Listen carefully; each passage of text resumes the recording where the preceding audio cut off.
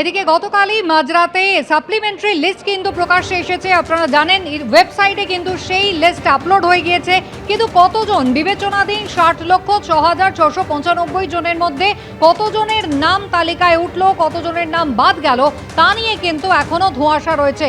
স্পষ্ট করে কিছুই বোঝা যাচ্ছে না, কারণ সেই সংখ্যা নির্দিষ্ট করে এখনো নির্বাচন কমিশন জানায়নি। তবে 29 লক্ষ আবেদনের নিষ্পত্তি হয়ে গিয়েছে বলে নির্বাচন কমিশন সূত্রে খবর।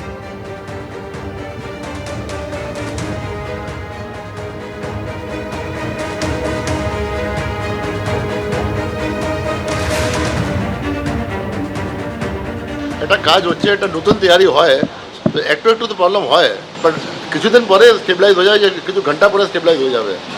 এখন আমরা যত আমরা পেলাম ওখান থেকে ই সাইন করে, আচ্ছা জাস্ট সাইন থেকে অত হয়ে গেছে। কত নাম বাদ গেল স্যার? এটা তো ওয়েবসাইটে দেখে নেবেন, এটা আমার কাছে এটা মুখস্থ নেই কি কত হয়েছে নিয়ে হয়েছে, এক্স্যাক্টলি কত হয়েছে এটা বলতে পারবো না। আমরা তো রিকোয়েস্ট করেছি রোজকে দেওয়া যাবে নাম। দেখো আমরা কত, আমি পরিষ্কার করেছি কালকে প্রেস কনফারেন্সে, আজ আবার বলছি, যে বুথ যত আমরা ই সাইন করে পাবো অতই আমরা করতে পারবো। এটা আমাদের সাপ্লিমেন্টারি লিস্ট যেটা আছে, আমাদের কাজ আছে শুধু পাবলিশ করা, প্রকাশ করা। যেখান থেকে আসবে জুডিশিয়াল অফিসার থেকে আমরা ওটা নিয়ে পাবলিশ করবো।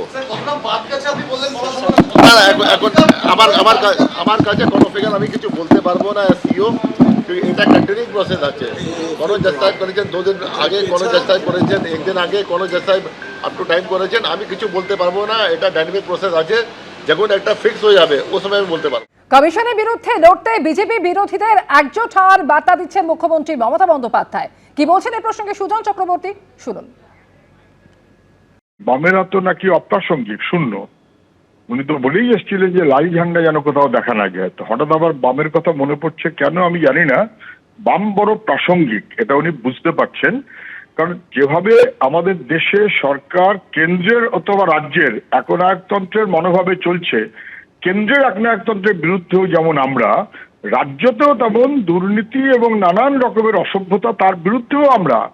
কেন্দ্রে যেভাবে চলছে এটা কখনো মেনে নেওয়া যায় না। কিন্তু মুখ্যমন্ত্রী বারে বারে তার বাহিনীকে কেন্দ্রের কাছে পাঠিয়ে অথবা বিজেপিতে পাঠিয়ে কেন সাহায্য করেছেন আমি বলতে পারবো না।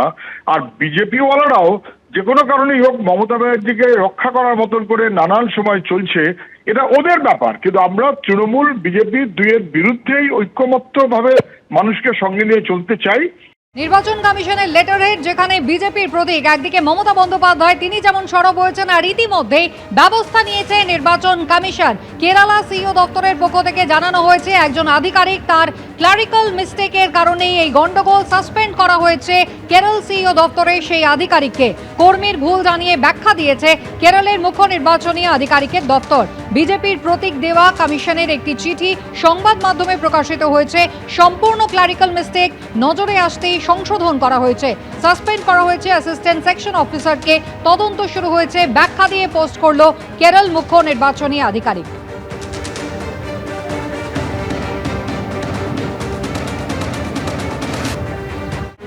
গতকালের মধ্যরাতে আপনারা জানেন যে প্রথম সাপ্লিমেন্টারি লিস্ট প্রকাশিত হয়েছে, আর সেখানে কতজনের নাম তালিকায় উঠল এবং কতজনের নাম বাদ গেল তা কিন্তু এখনো স্পষ্ট নয়, তা নিয়ে ধোঁয়াশা রয়েছে। জানি আজকে মুখ্যমন্ত্রী প্রশ্ন তুলেছেন এবং একই সঙ্গে নির্বাচন কমিশনের উদ্দেশ্যে তিনি বলেছেন যে জাতীয় নির্বাচন কমিশন নিরপেক্ষ নয়। কমিশনের ডেটার হেডে বিজেপি স্ট্যাম্প, বোঝাই যাচ্ছে কমিশন কাদের কথায় চলছে। ঝুলি থেকে বেড়াল বেরিয়ে পড়েছে, আক্রমণ করেন মমতা বন্দ্যোপাধ্যায়।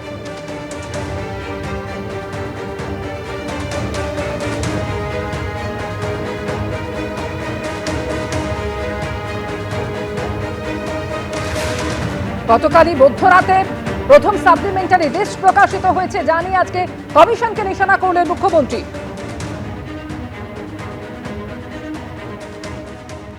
এই ইলেকশন কমিশন যে নিরপেক্ষ নয়, আমি তার একটা প্রমাণ আপনাদের দেখাতে চাই। ইলেকশন কমিশনের নোটিফিকেশনে বিজেপির ভোটের চিহ্ন, সিম্বল নিশ্চয়ই আপনারা দেখতে পাচ্ছেন। এই দেখুন বিজেপির সিম্বল।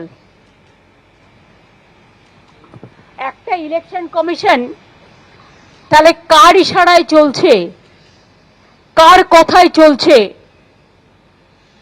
নন্দীগ্রামের বিডিও চলে আসছে ভবানীপুরে, কারণ গদ্দারের নিজের লোক বলে ৭৩ জন রিটার্নিং অফিসারকে কালকে চেঞ্জ করা হয়েছে।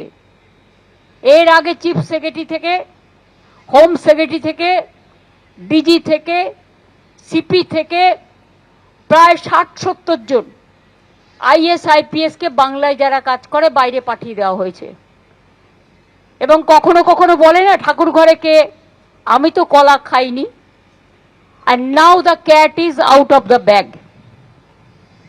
ইলেকশন কমিশনের নোটিফিকেশনে বিজেপির চিহ্ন।